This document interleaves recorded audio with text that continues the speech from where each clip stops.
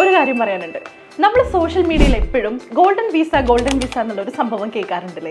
നമ്മളെപ്പോലുള്ള സാധാരണക്കാർക്കൊന്നും golden visa കിട്ടൂല, അല്ലെങ്കിൽ ഗോൾഡൻ വിസയ്ക്ക് അപ്ലൈ ചെയ്യാൻ പറ്റില്ല എന്നുള്ളൊരു തെറ്റായ ധാരണ നമുക്ക് എല്ലാവർക്കും ഉണ്ടാവാറുണ്ട്.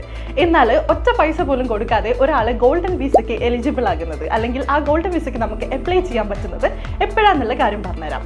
നമ്മൾ നാട്ടിൽ സ്കൂളിലും കോളേജിലൊക്കെ പഠിക്കുന്ന സമയത്ത് വിവിധ സംഘടനയ്ക്ക് അണ്ടറിൽ വരുന്ന NCC, JRC, ഗൈഡ്സ്, അതുപോലെ സ്കൗട്ട് ആൻഡ് ഗൈഡ്, അതുപോലെ NSSന്റെ അണ്ടറിലൊക്കെ നമ്മൾ ഒരുപാട് വോളണ്ടിയർ പ്രവർത്തനങ്ങളൊക്കെ ചെയ്യാറുണ്ട്.